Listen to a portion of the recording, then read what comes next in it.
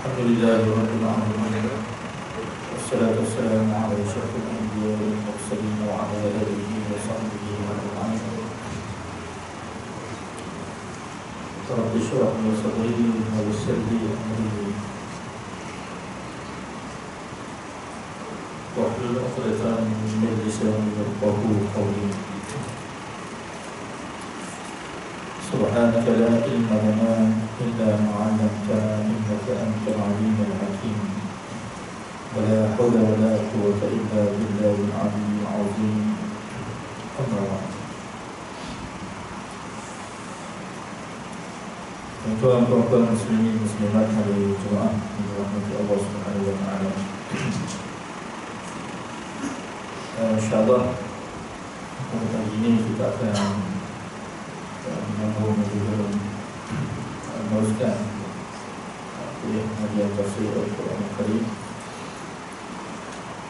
Dan sambungan pada pagi ini yaitu ayat yang ke-73 surah Al-Baqarah, yaitu kaitan dengan kisah Nabi Adam AS, malaikat dan juga iblis, tiga makhluk. Jadi kita akan sambung insyaAllah pada pagi ini. Allah berfirman, a'udzubillahi minasyaitonir rajim. Qala ya Adam anbi'hum bi asma'ihim. Falamma anba'ahum bi asma'ihim qala alam aqul lakum inni a'lamu ghaibas samawati wal ardh wa a'lamu ma tubduna wa ma kuntum taktumun. Wa idh qulna lil malaikati isjudu li Adama fasajadu illa iblis aba wastakbara wa kana minal kafirin.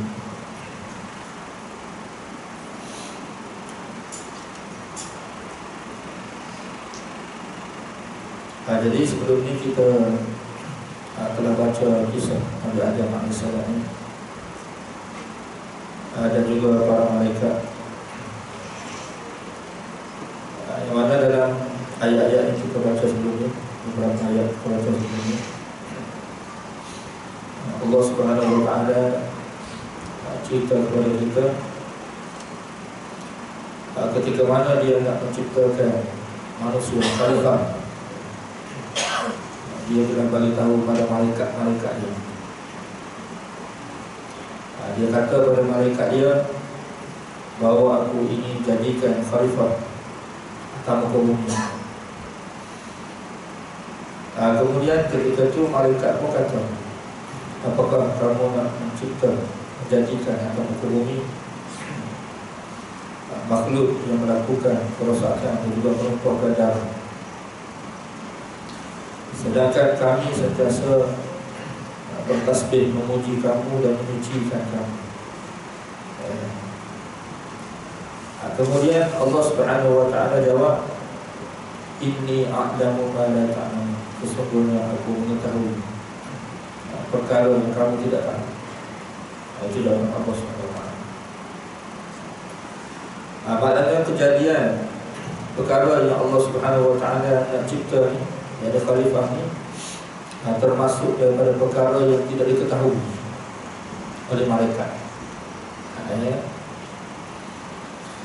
Kemudian apa berlaku bila Allah Ta'ala, apa yang Allah Subhanahu wa taala inginkan itu berlaku lah. Jadi kejadian manusia ni daripada perkara yang diingini oleh Allah Subhanahu wa taala. Sebab kita maklum bahawa segala perkara yang berlaku di dunia ini ada daripada iradah Allah. Dan semua perkara ini daripada perbuatan Allah Subhanahu wa taala. Dan perbuatan Allah daripada kehendak Dia. Mana apa yang berlaku semua ni daripada kehendak Dia semua.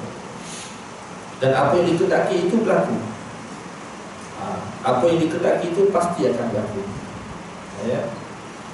Jadi akhir sekali bila Allah Subhanahu wa taala cipta khalifah yang dikehendaki oleh Allah Subhanahu wa taala itu, apa yang berlaku? Allah Subhanahu wa taala telah ajar kepada Adam alaihissalam ilmu lah. Wa 'allama Adam al-asma' kullaha. Allah telah ajar kepada Adam semua nama-nama makhluk yang Allah Subhanahu wa taala akan cipta.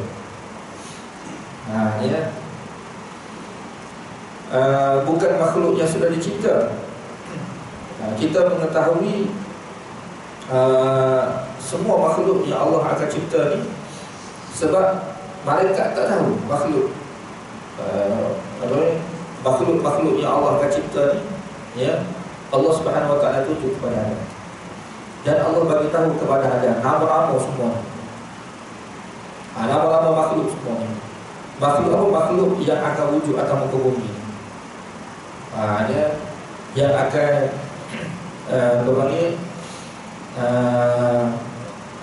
akan ditemui, yang akan dilalui lah kita kata, ya, oleh zuriat Nabi Adam sampai kiamat. Ketika mana zaman Nabi Adam itu tidak ada lagi, tapi akan bertemu lagi dengan zuriat dia, akan datang kereta api kita kata, kapal terbang. Dia kalau yang akan datang kan. Jadi Allah Subhanahu wa taala telah ajar kepada Nabi Adam alaihissalam tentang kapal terbang. Ada contoh kita kata kapal terbang itu Nabi Adam sudah tahu tu. Makhluk ni nama kapal terbang. Makhluk ni kereta api. Tapi tidak wujud lagi. Tidak wujud lagi. Tapi Allah Subhanahu wa taala sudah bagi tahu dah kepada Nabi Adam, sudah tunjuk dah kepada Nabi Adam. Jadi Nabi Adam tahu ini kereta api, jadi kapal terbang. Nabi Adam tahu tu kerana Allah ajar kepada dia. Sebab itulah ulama sebut daripada zuriat Nabi Adam alaihissalam ni memiliki makanan, mana kebolehan dalam nak mencipta perkara-perkara yang akan berlaku ini. Walaupun pada Nabi Adam itu tidak ada, tapi zuriat dia zahir pada zuriat dia, keturunan Adam. Jadi ilmu yang ada pada zuriat Nabi Adam ini, kebolehan yang ada pada zuriat Nabi Adam ini daripada Nabi Adam itu sendiri. Kan? Ya, sikit sebanyak itu akan ada lah. Macam kita contohnya kan? Kita memiliki kemahiran dari sudut main bola tu. Ada main bola. Biasa-biasanya anak kita ni adalah seorang dua tu akan ada kemahiran juga sikit sebanyak. Kebolehan dia. Dia bakat kita kata. Kan? Genetik lah, dari sudut genetik tu ada. Ya. Itu kira sebahagian daripada ilmu lah. Allah Subhanahu wa taala ajar kepada Nabi Adam sama semua ni. Kemudian apa yang Allah ajar kepada Nabi Adam, Allah Subhanahu wa taala pun bentang pada malaikat. Summa aradahum 'alal malaikat, kemudian Allah bentangkan kepada malaikat. Tunjuk kepada para malaikat. Kemudian Allah bagi tahu, wahai malaikat, kamu cerita kepada aku nama makhluk semua ni. Jadi jawapan malaikat kita baca sebelum ni, malaikat tidak tahu kan? Sebab itulah yang kita kata perkara-perkara yang diajar oleh Allah kepada Nabi Adam itu, ditunjukkan kepada Nabi Adam, adalah perkara yang masih tidak ada atas muka bumi. Kalau Allah Subhanahu wa taala tunjuk pokok, ya, kepada kepada malaikat, tunjuk matahari, tunjuk bulan bintang, ketika itu malaikat tahu. Ya, sebab makhluk itu sudah ada dah. Ini makhluk yang tidak ada lagi, makhluk yang malaikat tidak tahu. Kalau Allah Ta'ala tunjuknya apa dia? Bulan malaikat. Bulan itu sudah wujud dah. Sebelum kejadian ada, ini sudah ada dah. Kan kita sudah cerita dah dalam ayat sebelum ni. Sebelum Allah Ta'ala cipta Nabi Adam ni, Allah Subhanahu wa taala cipta bumi, langit bumi dan segala makhluk yang datang ke bumi ni. Ketika itu pokok-pokok kayu, binatang-binatang, apa semua, lautan, yang itu sudah ada datang ke bumi. Kalau Allah Ta'ala tunjuk yang itu, tak ada beza. Sebab malaikat memang sudah tahu dah. Di sini Allah Subhanahu wa taala tak zahirkan perkara yang malaikat tidak tahu. Baca dalam ayat 30 Allah sebut, inni a'lamu ma la ta'lamun. Sesungguhnya aku mengetahui perkara yang kamu tidak tahu. Jadi di sini Allah Ta'ala tak zahirkan perkara yang malaikat tidak tahu. Bukan perkara yang malaikat sudah tahu. Kan? Jadi Allah Ta'ala tunjuk pada malaikat mana perkara-perkara yang akan datang, yang akan berlaku. Ya, itu memang malaikat tidak tahu dah. Kan? Seperti mana kita kan? Oh, akan datang 10 tahun lagi, 20 tahun lagi. Kita tahu apa yang berlaku. Kita tidak tahu. Tapi malaikat tahu kan? Malaikat pun tidak tahu. Bukan saja malaikat, Nabi-Nabi sendiri pun tidak tahu. Sebab mengetahui perkara yang akan datang ini tidak ada melainkan Allah Subhanahu Wa Taala saja. Dia termasuk dalam perkara lain. Kan? Macam contoh besok, kita tahu apa berlaku besok. Kita tidak tahu. Kan? Perkara lain. Di sini tak menzahirkan kepada kita malaikat ni tak tahu perkara lain. Nabi-Nabi pun tidak tahu juga. Cuma berkaitan dengan ni, berkaitan dengan kejadian yang akan datang ni, malaikat memang tidak tahu. Malaikat memang tidak tahu. Ya. Jadi Allah Ta'ala nak zahirkan perkara yang tidak diketahui oleh malaikat. Sebab itulah dalam ayat 32 kita baca sebelum ni, malaikat bukan tahu dia. Qalu subhanaka la ilma lana. Jawab malaikat, Maha suci Engkau wahai Allah, tidak ada ilmu kepada kami. Mana kami tidak tahu. Illa ma'allamtana, kecuali kamu ajar kepada kami. Kecuali kamu ajar kepada kami, yakni kamu bagi tahu kepada kami. Baru kami tahu. Kan? Itu jawapan malaikat. Ya. Di sini dah ulama buat kesimpulan ya. Ni manakala perkara yang kita tidak tahu pula, kita jawab seperti ini. Ya. Dan perkara yang tidak tahu ini tidak menunjukkan kelemahan. Kita tidak tahu sesuatu ini tidak menunjukkan kelemahan kita. Bukan, pada tidak menjatuhkan kedudukan kita, maruah kita. Di sini ulama buat kesimpulan ini pada ayat ini lah. Dan peringatan kepada asatizah, ustaz-ustaz ni kan. Kan? Ustaz-ustaz ni kadang-kadang apa panggil, bila ditanya oleh jemaah lah, kalau tidak ditanya tak apa. Bila jemaah tanya ni, di sini dia kena berhati-hati. Dia kena berhati-hati. Kalau sesuatu perkara yang dia tahu, dia tak boleh dijawab.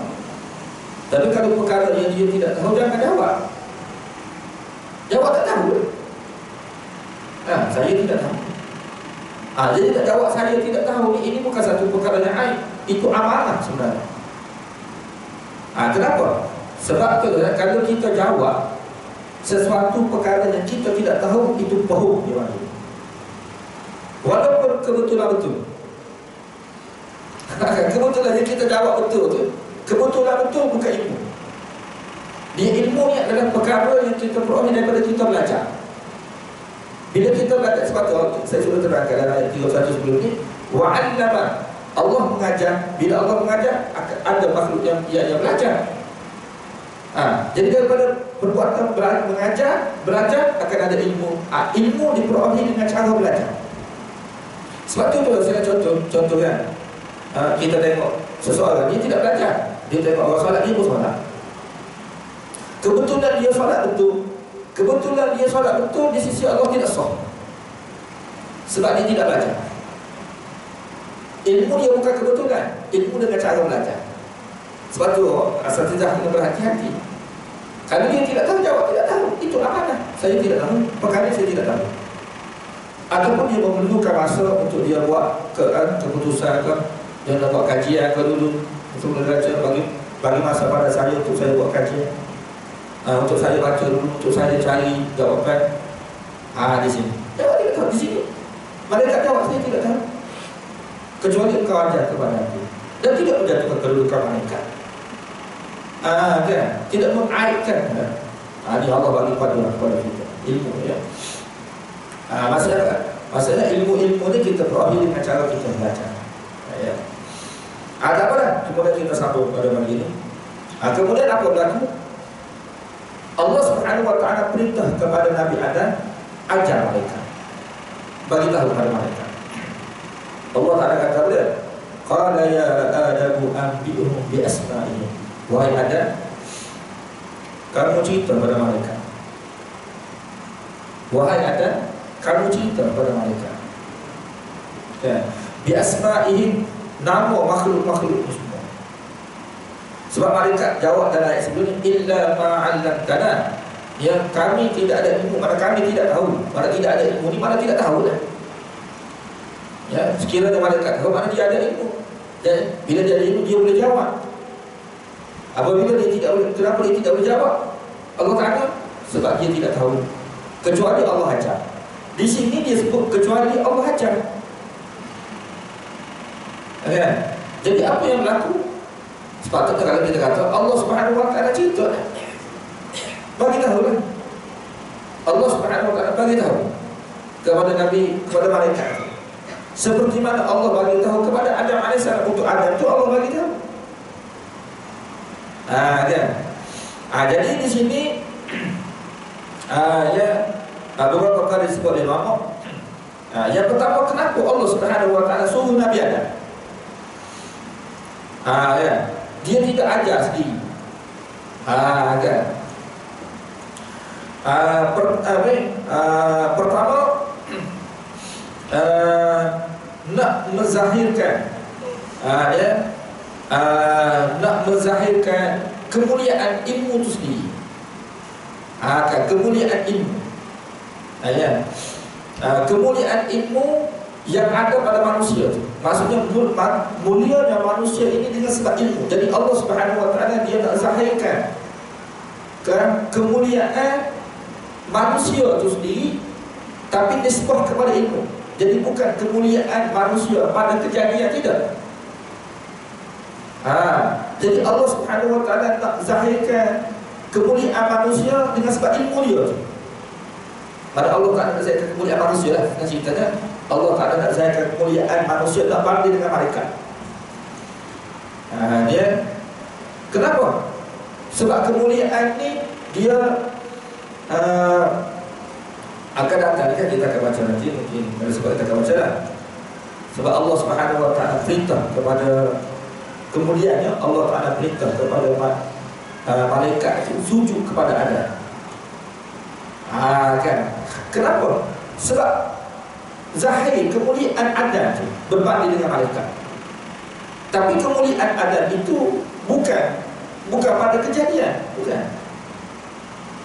Jadi pada Allah Subhanahu Wa Ta'ala tak zahirkan ilmu tu daripada Nabi Adam. Kan? Jadi kira-kira Nabi Adam ini mengajar malaikat lah. Sebab Allah perintah kepada Nabi Adam, wahai Adam, kamu bagi tahu kepada malaikat. Kan? Jadi kira-kira guru, kita kata guru dalam ilmu ni, dalam bab ni, Nabi Adam AS sebagai guru pada malaikat. Jadi di antara guru dengan anak murid, yang mana yang lebih mulia? Kan? Yang mana yang lebih mulia? Kedua-duanya mulia. Murid yang belajar ilmu pun mulia, guru pun mulia. Tapi dari sudut siapa yang lebih mulia? Siapa? Guru lah. Nak banding dengan murid itu sendiri. Jadi di sini Allah Subhanahu Wa Ta'ala nak zahirkan kemuliaan yang ada pada ilmu itu sendiri dan orang yang memiliki ilmu. Kalau kita perhati malaikat sebelum ni dalam ayat 30, malaikat kata apa dia? Kalau kita perhatilah, malaikat kata apa dia? Apakah kamu nak ciptakan makhluk yang melakukan kerosakan atas muka bumi dan merupakan dalam, sedangkan kami sentiasa bertasbih memuji kamu, kan? Dan juga menyucikan kamu. Jadi dalam ayat 30 ni, apa yang disebut oleh malaikat ni ada kita faham. Allah Ta'ala zahirkan kemuliaan yang ada pada malaikat ini dari sudut ibadat dia. Pada malaikat ni makhluk yang kuat ibadat. Malaikat memang kita maklum.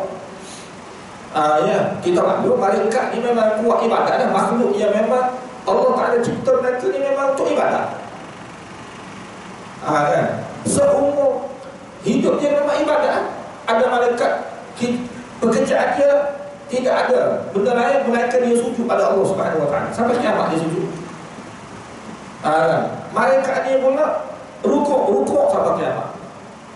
Malaikat ni pula qiyam sampai kiamat. Tak ada pekerjaan lain dia. Kata nak makan ini ke, nak buat majlis, tak ada malaikat ni. Kan? Pekerjaan dia seperti itu je. Mana kuat ibadat tu. Kan? Jadi di sini Allah Subhanahu Wa Ta'ala nak zahirkan apa dia? Ni makhluk berilmu. Kan? makhluk yang ketiga, yang malaikat. Sebab tu malaikat dia dalam ayat 30 kan dia zahirkan daripada apa yang dia tahu ni dua perkara ni lah. Makhluk yang Allah Ta'ala cipta buat kerosakan sudah ada dah.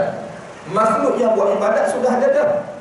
Jadi bila Allah Ta'ala cipta makhluk yang baru ni, kira malaikat seolah-olah tertanya-tanya, ni makhluk macam mana pula Allah Ta'ala cipta? Sebab kalau makhluk yang buat kerosakan, makhluk tu memang sudah ada dah.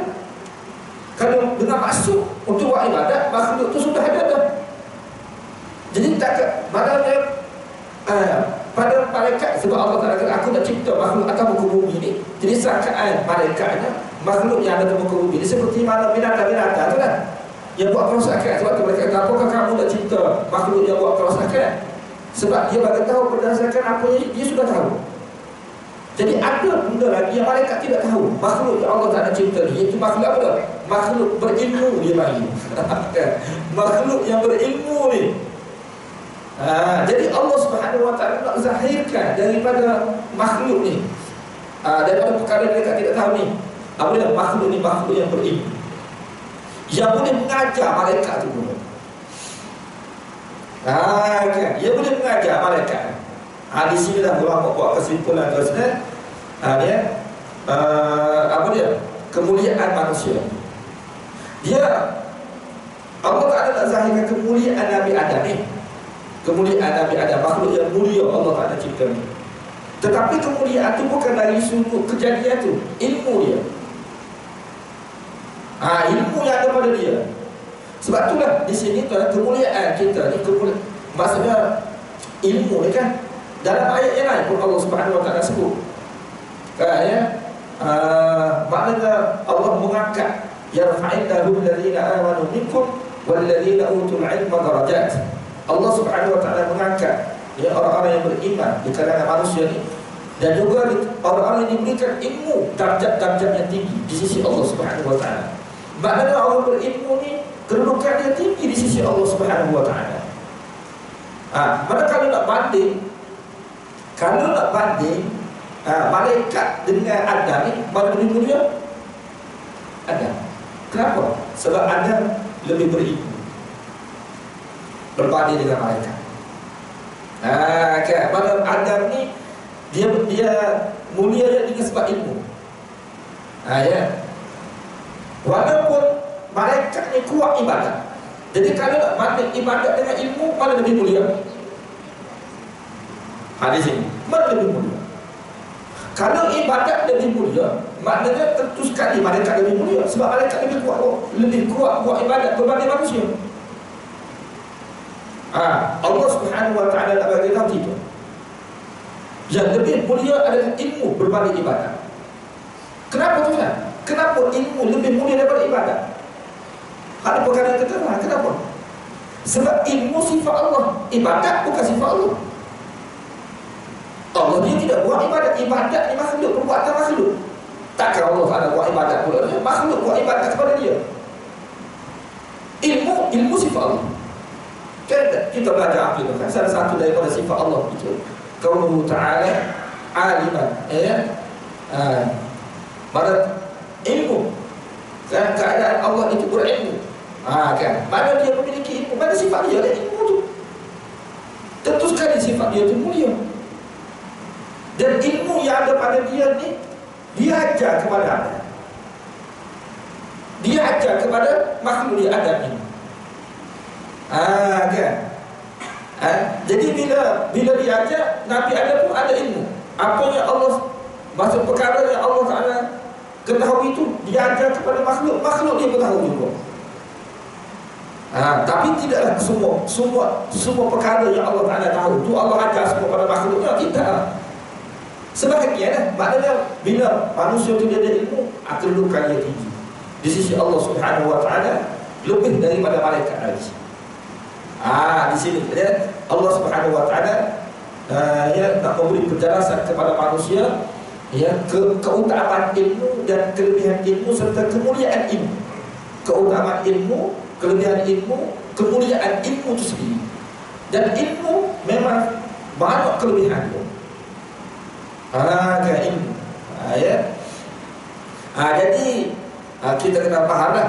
Maknanya kalau nak banding antara ilmu dengan ibadat, dia ilmu lebih mulia daripada ibadat. Dia kalau semata-mata ibadat, dia tidak memberi apa-apa kemuliaan, kecuali ibadat kita bersandarkan ilmu, baru ada mulia. Kan? Sebab tu kena faham. Jadi orang berilmu, kedudukan tingginya manusia tu kerana ilmu dia. Dan kalau kita tengok memang dalam hadis, kan, dalam kitab-kitab pun kita boleh baca terus kan. Bagaimana penjelasan Allah Subhanahu Wa Taala, penjelasan Nabi Sallallahu Alaihi Wasallam tentang ilmu, kelebihan ilmu. Ilmu itu sendiri itu ada kelebihan dia. Jadi berkaitan dengan ilmu ni banyak kelebihan.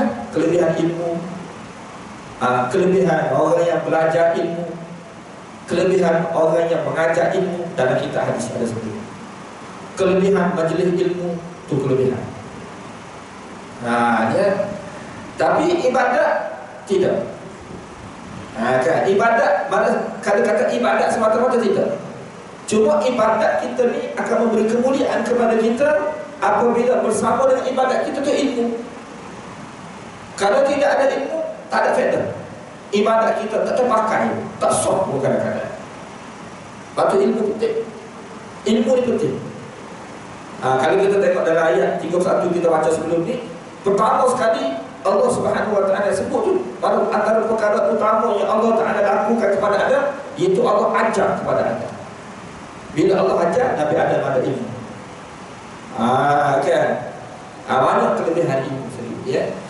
Cuma dia ada dalam kitab hadis ini, seperti mana hadis Bukhari, Imam Bukhari dia ada tulis satu bab Fadlul Ilmi, dia kata kelebihan ilmu.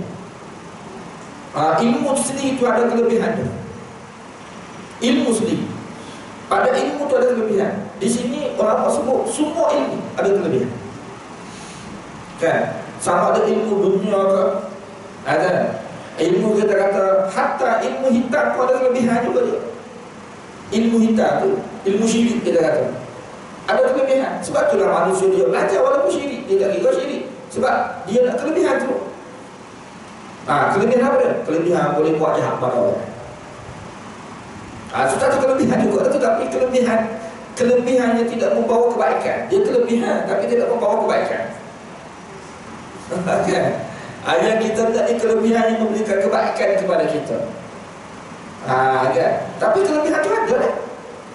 Kelebihan tu tak ada. Tak kira ilmu apa. Orang yang ada ilmu, dia akan ada kelebihan tersebut. Contohnya tu kita kata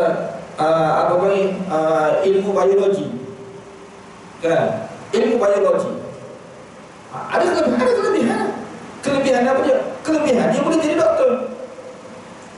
Itu kelebihannya. Macam saya tidak ada ilmu tersebut, macam-macam mana sekali, saya tidak boleh jadi doktor. Kalau jadi doktor, orang tak percaya pada saya, sakit bukan lagi. Jadi kelebihan dia tak, bila dia ada ilmu tu, dia akan ada kelebihan.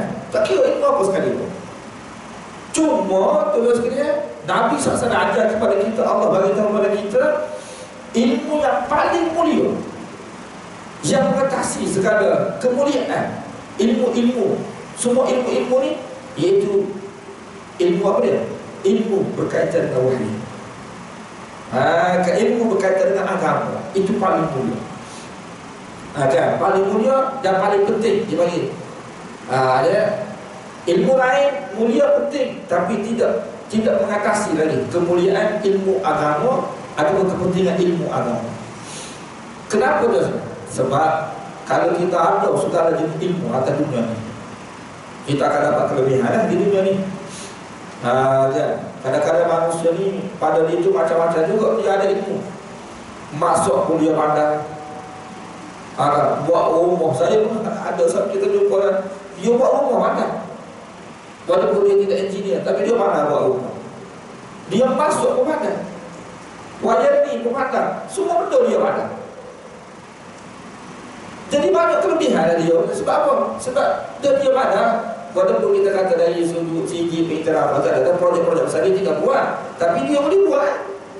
Kaya pun dia tu. Macam-macam manusia ni, Allah tak ada bagi pada dia. Pada untuk Bila ilmu dunia, dia akan ada kelebihan untuk kehidupan di dunia dia. Sama ada urusan dunia mudah ke, ataupun dia dapat kekayaan di dunia ke, itu kelebihan dia, kepentingan dia. Kan? Cuma peringatan untuk kita, segala ilmu yang kita perolehi di dunia ni berkaitan, kita sebut ilmu duniawi istilah kita. Ilmu duniawi. Segala ilmu duniawi ni yang ada pada kita ni tuan-tuan, kalau kita tidak mengetahui perkara yang Allah Ta'ala sebut dalam Quran, kan, ilmu yang ada pada kita semua ni tidak akan menyelamatkan kita di hari akhirat. Tidak akan. Kan? Sebab itulah kita kena tahu banyak ilmu ni, ilmu apa yang paling penting sekali. Yang paling penting dari sudut kepentingan dia. Mungkin dari sudut kemuliaan di sisi manusia tidak ada. Kan? Sebab kemuliaan ni betul. Saya sudah sebut dah banyak kali sebelum itu. Dia penilaian, penilaian terhadap kita ni, kan? Dia ada dua. Satu, penilaian di sisi manusia. Yang kedua, penilaian di sisi Allah Subhanahu Wa Taala. Jadi kita kena faham, kita orang Islam kan? Penilaian di sisi Allah macam mana? Penilaian manusia di sisi manusia macam biasanya penilaian di sisi manusia ni maklum sama je, dia tidak beza. Kan? Cuma yang kita nak tahu penilaian di sisi Allah Subhanahu Wa Taala itu macam mana? Ya, saya sebut satu contoh dalam ayat Quran ni. Allah sebut apa dia? Inna syarrad dawab indallah. Saya baca ayat saya buat sebelum takut. Bila first time kita baca, Allah sebut apa dia? Sesungguhnya inna syarrad dawab indallah. Sesungguhnya seburuk-buruk makhluk di sisi Allah Subhanahu Wa Taala. Seteruk makhluk di sisi Allah Subhanahu Wa Taala.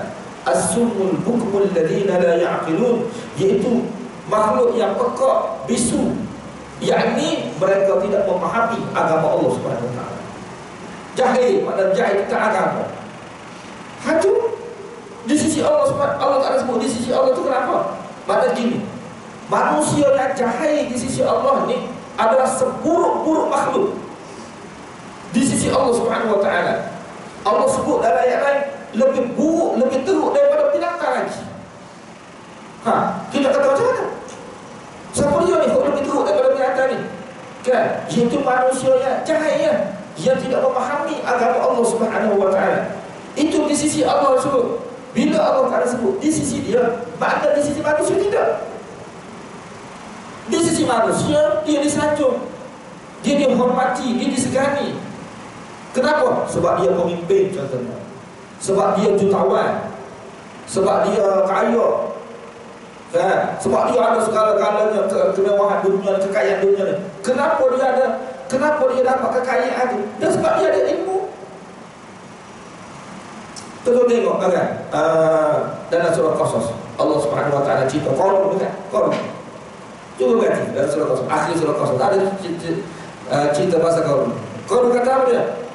Wa ma utitu illa min ilmin indi. Tidaklah aku diberi semua kekayaan ini, melainkan ilmu yang ada pada aku.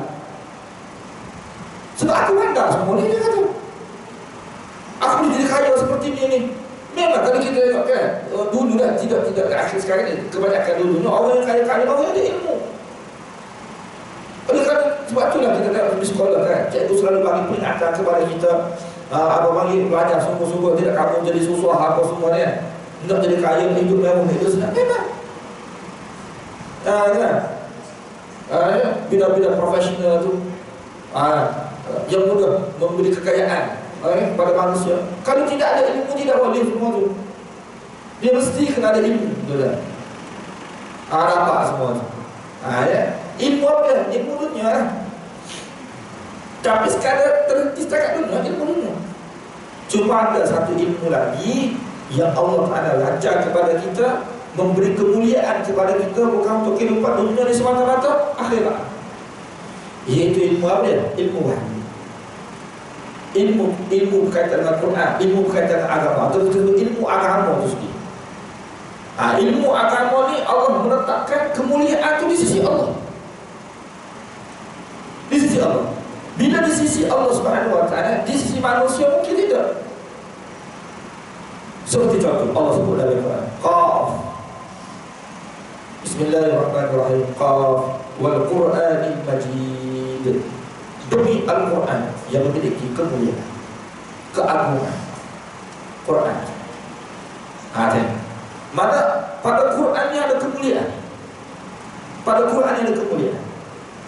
Jadi apabila orang yang ada Quran pada dia, orang itu akan mulia di sisi Allah Subhanahu wa ta'ala. Kan ilmu Quran, Quran itu sendiri dia hafiz Quran kan. Tapi di sisi manusia mungkin dia tidak. Dia tengok hafiz Quran tinggal rumah buruk, kereta buruk. Jadi kenapa kemuliaan dia? Sebab manusia memandang kemuliaan pada perkara-perkara seperti itu. Tapi di sisi Allah dia mulia. Kan? Itu nampak tak? Jadi kita nak tahu kemuliaan di sisi Allah Subhanahu wa ta'ala, ilmu yang memberikan kelebihan itu. Sebab itu saya bagi tahu ni, semua ilmu memang ada kelebihan. Itu kita tidak nafikan. Hatta ilmu hitam ada kelebihan dia juga. Tetapi ilmu yang paling utama, paling lebih kita kata mengatasi segala kelebihan, ilmu yang ada itu ilmu agama. Kan? Sebab ilmu-ilmu yang ada di dunia ni yang kita belajar tidak akan dapat menyelamatkan kita di hari akhirat nanti. Sikit pun tidak. Kecuali dengan ilmu agama. Saya bagi satu contoh untuk mudah kita faham.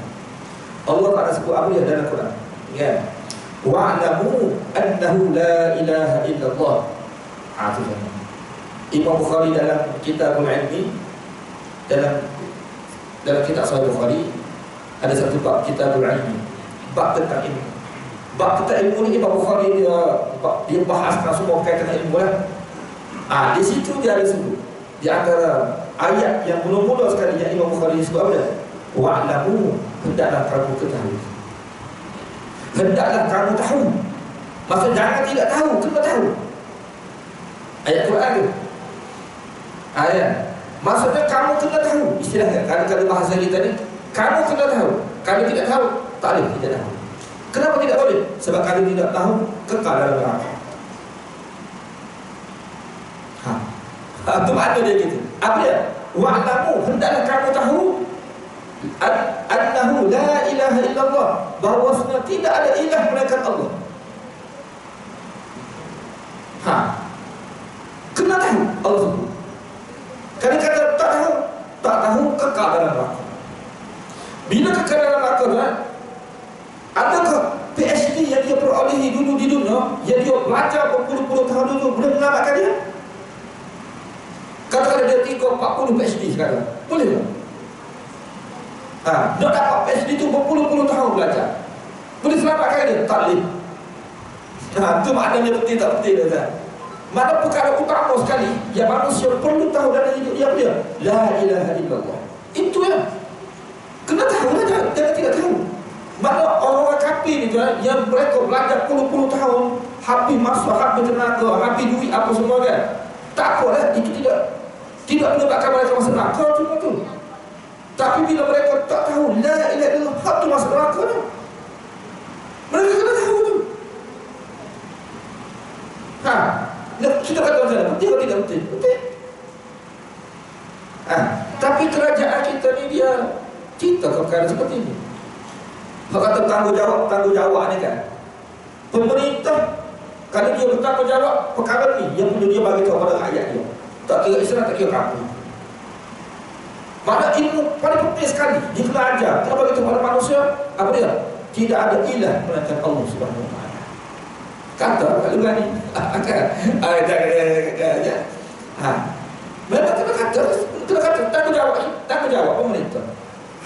Kita tak tahu dari mana tanggungjawab pemerintah. Baca surah Kahfi itulah.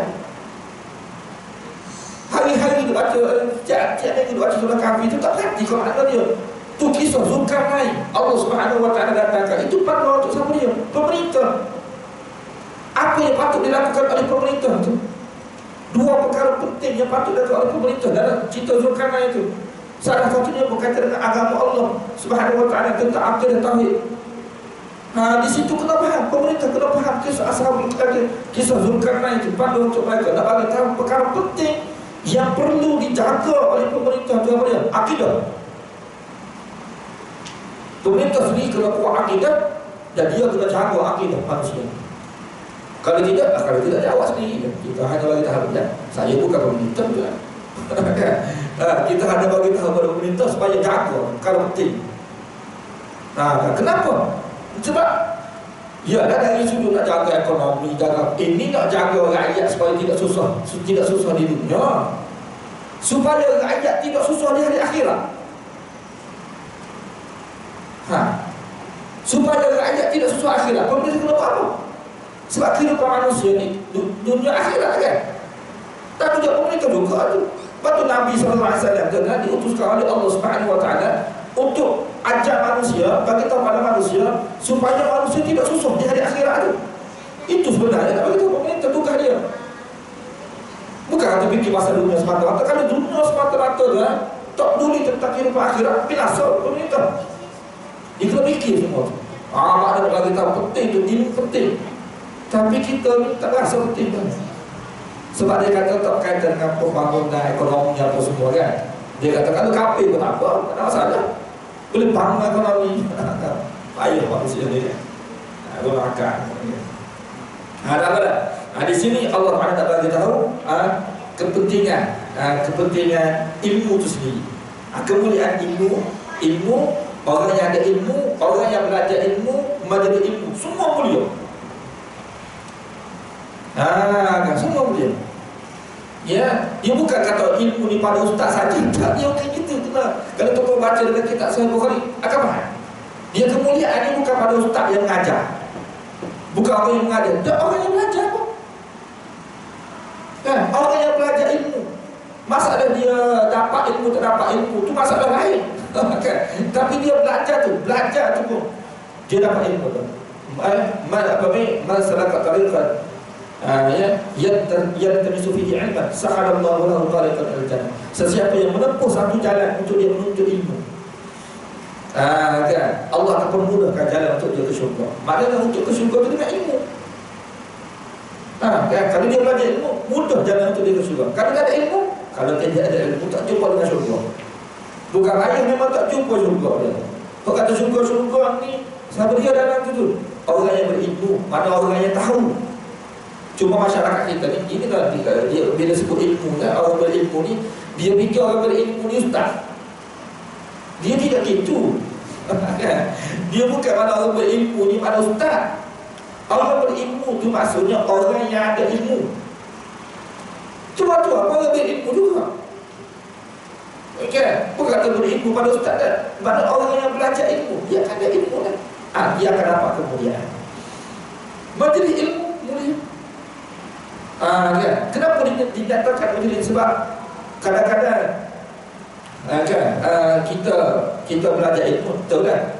Tapi kadang-kadang ilmu yang kita belajar itu tak semestinya kita dapat. Ada juga begitu. Contohnya tu kita dengar huraian, ustaz ni mengajar tinggi sangat lah. Kata saya ni tak berapa, tak boleh tangkap dia kata. Sebab memang ilmu ni kalau kita ada kapal bahasa ilmu, dia boleh pergi kalau kita terlalu tinggi ilmu. Boleh jadi sampai tu kalau kita pun tak faham lah, tak apa betul lah. Jadi di sini bagi tahu tak faham pun tak apa, dia tetap mulia.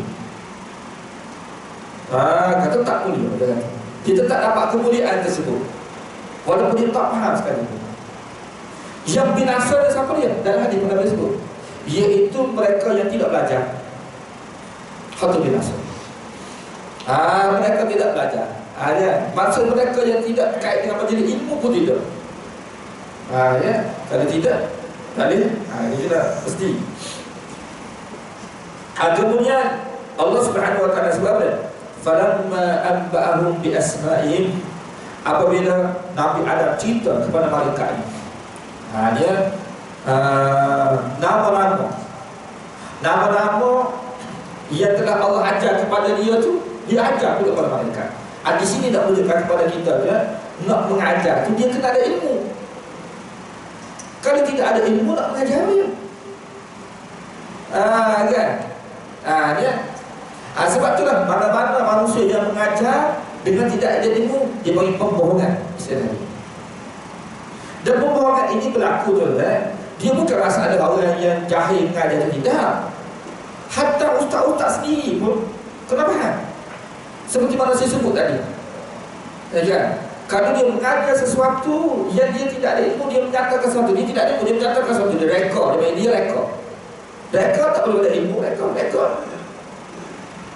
Kan? Hak tu dikira pembohongan juga. Hak dia binasa, tak ada. Sebab syarat nak mengajar, dia kena belajar, dia kena ada ilmu, dia boleh mengajar. Macam saya nak mengajar tuan-tuan ni, saya kena ada ilmu. Saya kena belajar. Saya belajar sehingga saya boleh baca kitab. Saya dapat baru boleh. Bukan rekod-rekod saja. Kalau rekod-rekod saja ni tuan-tuan saya, walaupun kebetulan tepat di sisi Allah baru. Allah tak main kebetulan. Sebab tu kita faham kan ada fatwa kan. Kalau kita faham kita akan faham ilmu. Fatwa. Contoh, orang tanya kepada saya kan. Saya sebagai seorang mufti. Contoh baik. Dia tanya fatwa pada saya akan keluarkan satu fatwa. Kan, berdasarkan ilmu saya. Buat kajian, baca-baca, saya keluarkan fatwa. Kebetulan fatwa yang saya keluarkan itu tidak tepat dengan Allah Subhanahu Wa Taala, dengan ilmu Allah. Sebab fatwa ini tidak semestinya tepat. Dan hadis pun disebut, "Idza ijtahada al-hakim", kan apabila hakim membuat keputusan, hakim itu termasuk hakim di mahkamah ke, ataupun mujtahid ke, ataupun mufti ke, dia buat keputusan. Kan, idza akhta'a, kan, kalau apabila tersalah, maksud keputusan dia buat tu salah, kan, Allah bagi satu pahala. Tengok, keputusan dia buat tu tersalah. Maksudnya contohnya tu lah, perkara ni haram, dia kata harus. Tapi dia kata harus itu dengan kaedah ilmu dia. Dia buat kajian gini, dia buat keputusan daripada ilmu dia kata harus. Padahal haram, di sisi Allah haram. Jadi keputusan oleh fatwa oleh mufti ini, walaupun tersalah, Allah bagi pahala. Kenapa? Sebab kaedah dia keluarkan fatwa itu betul. Kenapa? Kaedah betul, walaupun fatwa salah. Bila kaedah betul, Allah Ta'ala bagi satu pahala. Dan fatwa salah, Allah Ta'ala tidak hukum, sebab dia guna kaedah. Tapi kalau tepat, Allah bagi dua kali ganda, dua pahala pada dia. Ini orang alim, mufti, cara dia mengeluarkan fatwa. Berbeza dengan orang jahil. Orang jahil contohnya, dia ditanya dengan suatu satu ilmu, dia tak tahu. Dia berkata, boleh. Padahal dia tidak tahu. Dia walaupun dia kata, contohnya dia kata harus kan. Dia kata harus. Dalam keadaan dia tidak mengetahui pun ilmu itu. Cuma kebetulan betul. Kebetulan betul itu Ustaz. Mana betul? Di sisi Allah pun betul. Kebetulan betul. Allah Subhanahu Wa Taala tak terima ilmu dia dan cara dia keluarkan itu adalah dosa. Pada dosa pula dia. Dia ke batin istilahnya. Sebab tak ada ilmu. Tu bahan orang jahil. Dia kata orang, sebab tu orang alim ni dia ada panduan. Ada di sini maksud kita nak mengeluarkan sesuatu ni, dan mengeluarkan sesuatu ilmu, jadi kita kena ada ilmu. Cara dapat ilmu, kita kena belajar. Jadi Nabi Adam pun, oleh kerana Allah sudah ajar kepada dia, dan dia pun sudah ada ilmu, jadi dia mengajar malaikat, dia bagi tahu malaikatnya. Dia bagi tahu kepada malaikat. Falamma anba'ahum bi asma'ihim, apabila Nabi Adam, Nabi Adam bukan Allah ni, Nabi Adam bagi tahu semua nama-nama kepada malaikat. Allah pun kata kepada malaikat, qala Adam aqul lakum inni a'lamu ghaibas samawati wal ardh wa a'lamu ma tubduna wa ma kuntum taktumun. Mana Allah nak memberikan penjelasan tentang sifat ilmu Allah Subhanahu Wa Taala kepada para malaikat. Allah kata apa? Kan, bila diberitahu semua ni oleh Adam, di situ Allah Taala berkata, ya, sesungguhnya tidakkah aku sudah bagi tahu pada kamu bahwasanya aku maha mengetahui perkara-perkara yang gaib di langit dan juga di bumi, kan? Dan aku mengetahui perkara-perkara yang kamu zahirkan dan yang kamu sembunyikan. Kamu itu termasuk malaikat dan semua makhluk-makhluk dia semua. Maknanya Allah Subhanahu Wa Taala tahu segala-galanya. Kan, maksudnya dalam ayat sebelum ni malaikat itu dia seolah dia tak tahu lah, dia bagi tahu tu kerana dia keliru, macam dia keliru lah. Ini makhluk apa pula Allah Ta'ala cipta ni? Sangkaan dia makhluk ni buat kerosakan atas muka bumi ni. Kan? Jadi Allah jawab, sesungguhnya aku maha mengetahui perkara yang kamu tidak tahu. Jadi apa yang Allah Ta'ala sebut pada malaikat ni, Allah SWT menjelaskan melalui perbuatan dia kepada Nabi Adam AS. Pada apa yang aku bagi tahu kepada dia, aku tahu segala-galanya ni. Tengoklah. Tengok dah. Di situlah baru malaikat sedar. Kan? Baru malaikat sedar. Kan? Pada Nabi Adam sebelum ni, mana dia tidak tahu ni makhluk seperti ni. Sekarang baru dia tahu. Jadi bila sekarang, sebelum ni dia tidak tahu, sekarang baru tahu. Kok sekarang baru tahu ni, Allah Ta'ala tahu dah. Kan? Allah Subhanahu Wa Ta'ala tahu dah. Macam kita lah, contohnya kita nak uji kan, kita nak uji. Kita tidak tahu anak murid kita ni yang mana, dia kira anak murid kita ni yang pandai, yang bijak kan. Jadi kita uji. Kenapa kita uji? Sebab kita tidak tahu. Jadi apa yang kita tidak tahu itu sebenarnya Allah Ta'ala sudah tahu dah. Cuma zahir pada kita ni, ni murid yang paling pandai sekali. Setelah mana ujian tu diadakan kan, bila zahir daripada pakar ujian tu, ni murid paling bijak sekali, paling pandai sekali. Sebelum tu kita tidak tahu. Jadi nisbah pada makhluk ni, dia mengetahui perkara tu apabila perkara tu berlaku. Allah Ta'ala sebelum tu lagi Allah sudah tahu dah. Betul. Aku dah bagi tahu pada kamu, aku mengetahui perkara-perkara yang gaib kan, di langit atau di bumi, yang kamu sembunyikan, yang kamu zahirkan ni, mana tahu segala-galanya. Dan termasuk perkara yang gaib itu, sekarang kita kena ingat, termasuk perkara yang gaib itu perkara yang akan berlaku ni.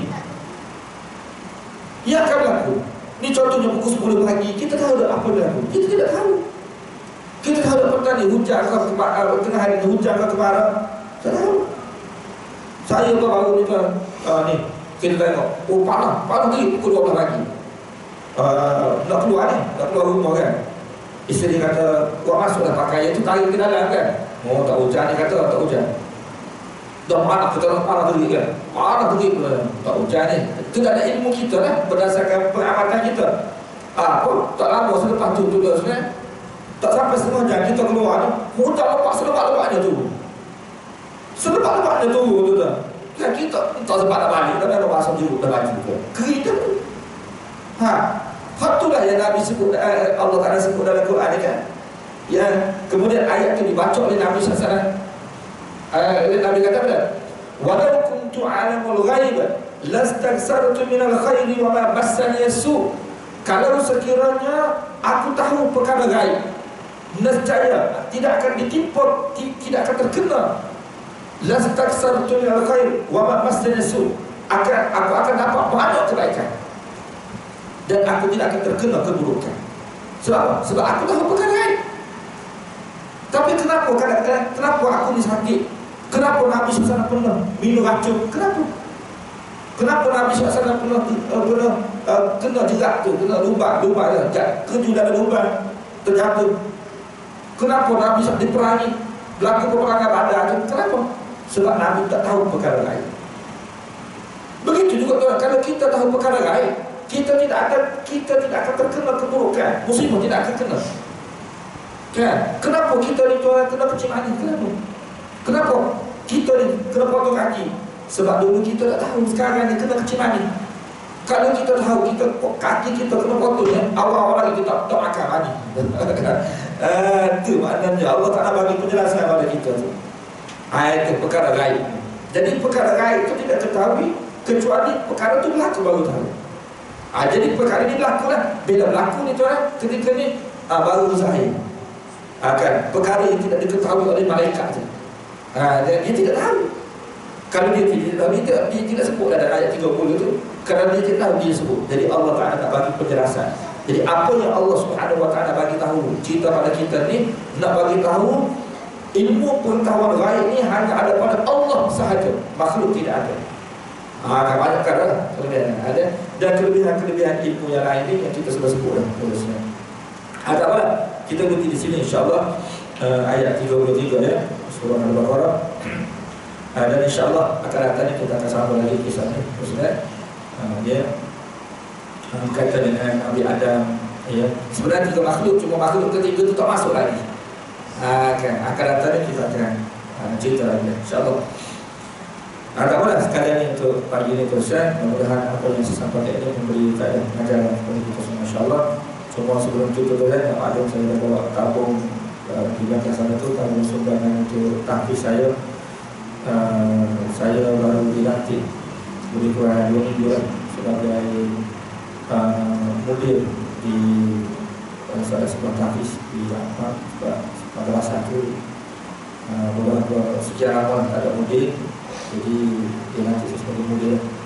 Jadi biasalah mana-mana madrasah tu, salah satu daripada tugas dan tanggungjawab mudir ini iaitu cari dana untuk pengurusan sebenarnya, dan terutama pengurusan ya. Daripada jurang pelajar itu pengurusan kita lebih pada 7,000 sebulan. Yang sedangkan pembelajaran kita itu dekat 4,000. Jadi yang pagi itu memaksa kita lah untuk cari dana tempat-tempat yang kita ada ni. Jadi saya buat tabur lah kepada siapa-siapa yang nak bagi semangat kalau tabur di belakang sana. Ya, kira-kira membantu kerja agama Allah Subhanahu Wa Taala insya-Allah. Ya, sebab dalam kaedah agama ni kalau kita tak buat, kita bantu. Kalau kita bantu. Jadi di sisi Allah Subhanahu Wa Taala, orang yang membantu ni seperti mana orang buat juga lah. Pahala tu dia akan dapat juga walaupun dia tidak buat. Jadi dia bantu. Contoh ada duit, kan? Contoh tak buat pun masjid orang lain buat. Kan? Kita bagi duit orang lain yang buat masjid. Jadi yang buat masjid pun dapat pahala, kan? Yang bagi duit tu pun dapat pahala juga. Yang bantu.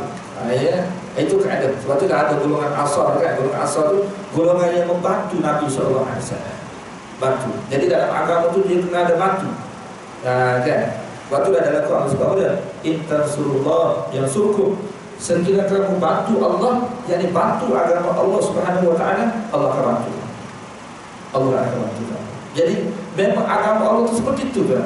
Kita jangan berfikir kenapa Allah Taala ni dia tidak membenarkan terus agama dia. Kan senang cerita, tak banyak bantu-bantu. Dia boleh sangat kalau dia buat seperti itu. Tapi dia nak zahirkan kemuliaan dia ni, kemuliaan agama dia dengan cara seperti ini.